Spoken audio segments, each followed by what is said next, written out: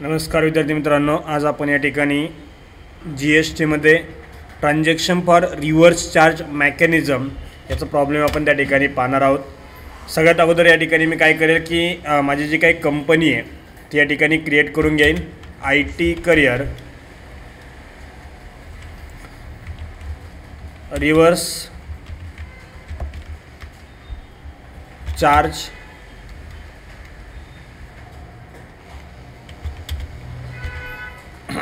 Mechanism त्या ठिकाणी माझी कंपनी मी या ठिकाणी क्रिएट करून घेईल। कंपनी क्रिएट केल्यानंतर या ठिकाणी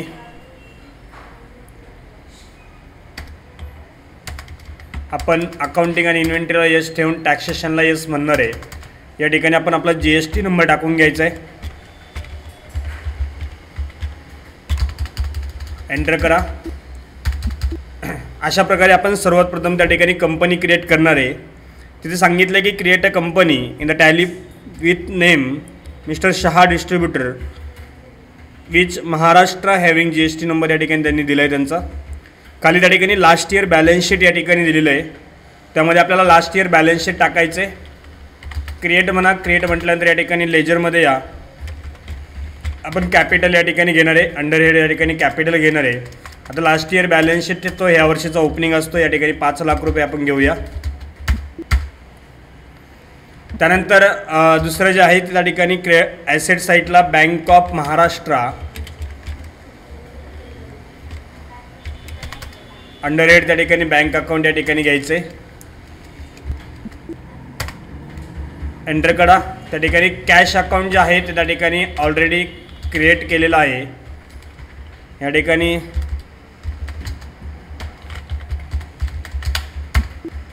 कॅश अकाउंटला त्या ठिकाणी बॅलन्स टाकायचा आहे, बँक ऑफ महाराष्ट्रालाही त्या ठिकाणी बॅलन्स टाकायचा आहे। बघा आपलं या ठिकाणी ओपनिंग बॅलन्स या ठिकाणी कंप्लीट होऊन जाईल। सर्वात पहिलं आपण त्या ठिकाणी लास्ट इयर बॅलन्स शीट या ठिकाणी टाकून घ्यायचं आहे। त्यानंतर आपण त्या ठिकाणी सगळ्यात पहिली कन्सेप्ट काय की रिव्हर्स चार्ज मेकॅनिझम म्हणजे काय ही कन्सेप्ट आपण त्या ठिकाणी समजून घेऊ। त्यानंतर त्या ठिकाणी रिव्हर्स चार्ज मेकॅनिझमचं वर्किंग कसं करायचं हे आज आपण त्या ठिकाणी क्रिएट करू। त्या ठिकाणी बघा रिव्हर्स चार्ज मेकॅनिझम म्हणजे काय की आपण अशा व्यक्तीकडून खरेदी करतो की त्या ठिकाणी तो व्यक्ती अनरजिस्टर असतो।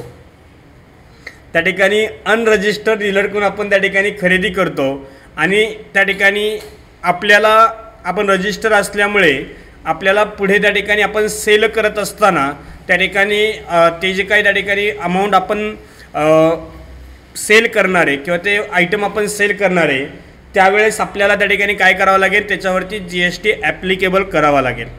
म्हणजे थोडक्यात काय की आपण खरेदी करत असताना अशा व्यक्तीकडून खरेदी करतो की त्या ठिकाणी तो व्यक्ती अनरजिस्टर्ड डीलर म्हणून काम करत असतो। ठीक आहे, म्हणजे मी या ठिकाणी काय करेल बघा, मला एंट्री सांगितलेली आहे की 1/4/2020 रोजी company purchase 3 LG monitor at the rate 10,000 इच, म्हणजे त्या ठिकाणी 3 LG मॉनिटर प्रत्येकी 10,000 रुपयाला त्या ठिकाणी काय केलेत, परचेस केलेत। आपण या ठिकाणी परचेसला एंट्री करणार आहे। परचेसला एंट्री केल्यानंतर त्या ठिकाणी मिस्टर सनसुई एंटरप्राइजेस त्या ठिकाणी सनसुई एंटरप्राइजेस या ठिकाणी क्रिएट करा। आता आपण त्यांच्याकडून खरेदी केलेत म्हणून त्या ठिकाणी ते क्रेडिटर म्हणून काम करेल। बघा या ठिकाणी पुढे काय सांगितलंय की लोकल अनरजिस्टर्ड डीलर, म्हणजे त्या ठिकाणी जो काही सनसुई एंटरप्राइजेस आहे ते अनरजिस्टर म्हणून त्या ठिकाणी काम करतात। ठीक आहे, म्हणून त्या ठिकाणी आपण अनरजिस्टरला घेणार आहे, एंटर करा। जशी आपण इन्व्हेंटरीमध्ये एंट्री करत होतो त्याच प्रकारे या ठिकाणी एंट्री करणार आहे। बघा अनरजिस्टर या ठिकाणी कस्टमर आपण त्या ठिकाणी घेणार आहे। आता या ठिकाणी त्यांच्याकडून नेम ऑफ आयटम आपण त्या ठिकाणी काय खरेदी केलं आहे तर 3 LG मॉनिटर आपण खरेदी केलेत, म्हणून या ठिकाणी मी LG मॉनिटर टाकेन। इलेक्ट्रॉनिकमध्ये घ्या आणि त्याचं त्या ठिकाणी जे आपण क्वांटिटीमध्ये त्या ठिकाणी त्याला हे करणार आहे नॉसमध्ये घ्या, म्हणजे तरी काही त्याचं युनिट जे आहे आपण त्या ठिकाणी क्वांटिटीमध्ये घेणार आहे। एंटर करा। 3 क्वांटिटी 10,000 रुपये प्रत्येकी अशा प्रकारे ती घेतली जाईल। एंटर करा। इथे आपण त्या ठिकाणी परचेसेस घेणार आहे, परचेसचा अंडर हेड या ठिकाणी परचेस अकाउंट घ्यायचं आहे. बघा अशा प्रकारे तुम्हाला एंट्री मारायची. आता ही एंट्री तुम्हाला काय सांगते बघा की तुम्ही परचेस केले, बरोबर आहे. कोणाकोण केलं आहे की सनसोई एंटरप्राइजेसकडून तुम्ही परचेस केले. LG मॉनिटर त्या ठिकाणी परचेस केले. 3 क्वांटिटी त्या ठिकाणी तुम्ही परचेस केले. 10,000 रुपये प्रत्येकी, असे 30,000चं तुमचं त्या ठिकाणी एंट्री या ठिकाणी तयार झालेली आहे. परंतु त्या ठिकाणी खाली काय सांगितलं आहे की लोकल अनरजिस्टर्ड डीलर, म्हणजे त्या ठिकाणी तो जो काही डीलर आहे हा त्या ठिकाणी अनरजिस्टर असल्यामुळे त्याच्यावरती आपण टॅक्स ॲप्लिकेबल करणार नाही आहे. ठीक आहे. म्हणजे त्या ठिकाणी आपण अशा व्यक्तीकडून खरेदी करतोय की त्या ठिकाणी ती अनरजिस्टर्ड डीलर आहे आणि अनरजिस्टर्ड डीलर असल्यामुळे त्या ठिकाणी आपण त्याच्यावरती त्या ठिकाणी टॅक्स ॲप्लिकेबल करणार नाही आहे. ठीक आहे. पुढची कन्सेप्ट आपण सुरुवात करणार आहे. आता त्या ठिकाणी आपल्याला त्यावरती त्या ठिकाणी नंतर काय करावं लागेल की आपण जेव्हा त्या ठिकाणी ती विकणार आहे तेव्हा त्या ठिकाणी आपल्याला तो टॅक्स लावून विकावा लागेल. ठीक आहे. म्हणजे आपल्याला त्या ठिकाणी त्याच्यावरती दुसरी एंट्री या ठिकाणी करायची आहे. ती दुसरी एंट्री अशा प्रकारे करायची आहे की ज्यामध्ये आपण जो काही टॅक्स आहे तो त्या टॅक्स पहिला आपल्याला भरावा लागेल. म्हणजे त्या ठिकाणी जो सनसोई एंटरप्राइजेसला आपल्याला त्या ठिकाणी टॅक्स ॲप्लिकेबल करायचा होता तो टॅक्स आपल्याला स्वतःला त्या ठिकाणी भरावा लागेल. तोच टॅक्स आपण रिव्हर्स चार्ज मेकॅनिझमला अप्लाय करणार आहे. ठीक आहे. या ठिकाणी मी तयार करेन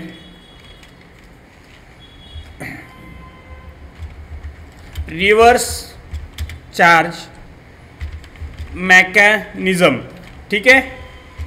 आता त्याचं अंडरहेड जे असतं ते करंट ॲसेट असते, कारण त्या ठिकाणी आपण तो भरत असतो. ते करंट ॲसेटमध्ये त्या ठिकाणी घेतलं जाईल. एंटर करा. आता इथे अमाऊंट बघा आपण कोणती घेणार आहे, त्या 30,000वरती त्यात जे काही पर्सेंटेज आहे ते आपण त्या ठिकाणी घेणार आहे. म्हणजे 18% आपण या ठिकाणी घेतलं आहे. CGST या ठिकाणी ड्युटीज अँड टॅक्सेस आपण या ठिकाणी दाखवणार आहे. GST CGST एंटर करा. या ठिकाणी बघा 5,400चा जर आपण हाफ केला तर 2,700 रुपये CGST आणि HGST आपण या ठिकाणी घेणार आहे. त्या ठिकाणी 2,700 रुपये HGST आपल्याला या ठिकाणी घ्यावा लागेल. ठीक आहे.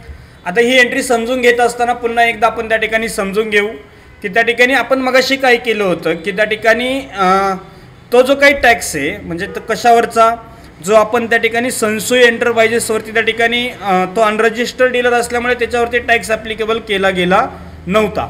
ठीक आहे. आता तोच टॅक्स आपण रिव्हर्स चार्ज मेकॅनिझमवरती त्या ठिकाणी आपण अप्लाय करणार आहे. ठीक आहे. म्हणजे त्या ठिकाणी आपण काय करणार आहे की तो जो काही टॅक्स आहे हा त्या ठिकाणी आपण रिव्हर्स चार्ज मेकॅनिझमला पेड करणार आहे. जो आपण त्या ठिकाणी सनसोई एंटरप्राइजेसला पेड करणार होतो तो त्या टॅक्स आपण त्या ठिकाणी रिव्हर्स चार्ज मेकॅनिझमला त्या ठिकाणी पेड करणार आहे. ठीक आहे. अशा प्रकारे त्या ठिकाणी तो रिव्हर्स चार्ज मेकॅनिझमला आपण ट्रान्सफर करणार आहे. ठीक आहे. त्यानंतर आपल्याला जेव्हा त्या ठिकाणी ज्यावेळेस त्या ठिकाणी आपल्याला परचेसची बिलं मारायची आहेत, म्हणजे आपण परचेसची बिलं जेव्हा त्या ठिकाणी मारणार आहे त्यावेळेस म्हणजे GST कॅल्क्युलेशन करत असताना आपण खरेदी करत असताना जो टॅक्स दिला आहे आणि विक्री करत असताना जो टॅक्स घेतला आहे तो घेतलेल्या टॅक्समधून दिलेला टॅक्स आपल्याला मायनस करावा लागतो. म्हणून आपण पुन्हा एकदा त्या ठिकाणी जो काही सनसोई एंटरप्राइजेसला आपण त्या ठिकाणी जो काही टॅक्स होता तो आपण रिव्हर्स चार्ज मेकॅनिझमला दाखवला गेला होता तो आपल्याला त्या ठिकाणी काय करावा लागेल, पुन्हा त्या ठिकाणी आपला रिव्हर्स चार्ज मेकॅनिझमला रिव्हर्स एंट्री त्या ठिकाणी घ्यावी लागेल. आता ही एंट्री काय सांगते तर त्या ठिकाणी जसं थोडक्यात एखाद्याकडून आपण जर परचेस केलं असतं तर त्याचा त्या ठिकाणी जो काही टॅक्स आहे तो आपण मायनस करून घेतला गेला असता. तसंच त्या ठिकाणी जो आपण रिव्हर्स चार्ज मेकॅनिझमला त्या ठिकाणी एंट्री केली होती, ठीक आहे, जो आपण टॅक्स रिव्हर्स चार्ज मेकॅनिझमला दिला होता तोच रिटर्न करून आपण पुन्हा त्या ठिकाणी CGST आणि HGSTला त्या ठिकाणी आपण घेतला गेला आहे. ठीक आहे. अशा प्रकारे त्या ठिकाणी ते आपण दिवस पुन्हा घेईल आणि सगळ्यात शेवटची जी एंट्री आहे ते आपण जो काही टॅक्स आहे पुढे सांगितलं आहे गेट इनपुट टॅक्स क्रेडिट, म्हणजे आपण त्याचं क्रेडिट घेतलं आहे. ही जी एंट्री आहे ही एंट्री त्या ठिकाणी सांगते आहे की रिव्हर्स चार्ज मेकॅनिझमचं आपण त्या ठिकाणी क्रेडिट घेतलं आहे आणि सगळ्यात शेवटी आपल्याला त्या ठिकाणी त्याचं जे काही अमाऊंट आहे ती त्या ठिकाणी पेड करावी लागेल. बघा आता तुम्हाला 2,700 रुपयेच त्या ठिकाणी या ठिकाणी दिसतात, कारण एकच एंट्री असल्यामुळे सगळीकडे 2,700 रुपये अमाऊंट त्या ठिकाणी तुम्हाला दिसेल. परंतु जर त्या ठिकाणी वेगवेगळ्या एंट्री असत्या तर त्या ठिकाणी तुम्हाला वेगवेगळे अमाऊंट या ठिकाणी पाहायला भेटले असते. अशा प्रकारे त्या ठिकाणी आपण 2,700ची जी काही अमाऊंट आपण घेतली होती ती त्या ठिकाणी आपण काय करणार आहे, पेड करणार आहे. ठीक आहे. म्हणजे सगळ्यात शेवटी एंट्री तुम्हाला त्या ठिकाणी तुमचा जे काही गेट इनपुट टॅक्स क्रेडिट सांगितलं आहे त्याचं त्या ठिकाणी अमाऊंट पेड करावा लागेल. अशा प्रकारे त्या ठिकाणी तुम्ही एका एंट्रीच्या इथे त्या ठिकाणी 4 एंट्री या ठिकाणी करायच्यात. पुन्हा एकदा 4ही एंट्री तुम्हाला समजून सांगतो, पुन्हा एकदा त्या ठिकाणी समजून घ्यायचं आहे. त्याच्यामध्ये सांगितलं गेलं आहे की कंपनी परचेस 3 LG मॉनिटर त्या ठिकाणी 10,000 रुपये प्रत्येकी फ्रॉम सनसुई एंटरप्राइजेस. या ठिकाणी आपण ही पहिली एंट्री केली की सनसुई एंटरप्राइजेसकडून त्या ठिकाणी 10 मॉनिटर आपण 3 क्वांटिटी 10,000 रुपयाला एक अशा प्रकारे त्या ठिकाणी परचेस केली. ही परचेसची एंट्री आपण या ठिकाणी फिलअप केली. पण पुढे सांगितलं होतं की त्या ठिकाणी लोकल अनरजिस्टर्ड डीलर म्हणजे त्या ठिकाणी जे काही आहे ते लोकल अनरजिस्टर्ड डीलर असल्यामुळे या ठिकाणी आपण त्याच्यावरती GST ॲप्लिकेबल केला गेला नाही. परंतु आपल्याला विक्री करत असताना त्या ठिकाणी काय करायचे की त्याच्यावरती GST आपल्याला द्यावं लागणार आहे. म्हणून तो GST आपण जो सनसुई एंटरप्राइजेसला द्यायचा होता तोच GST आपण त्या ठिकाणी रिव्हर्स चार्ज मेकॅनिझमला या ठिकाणी दिला.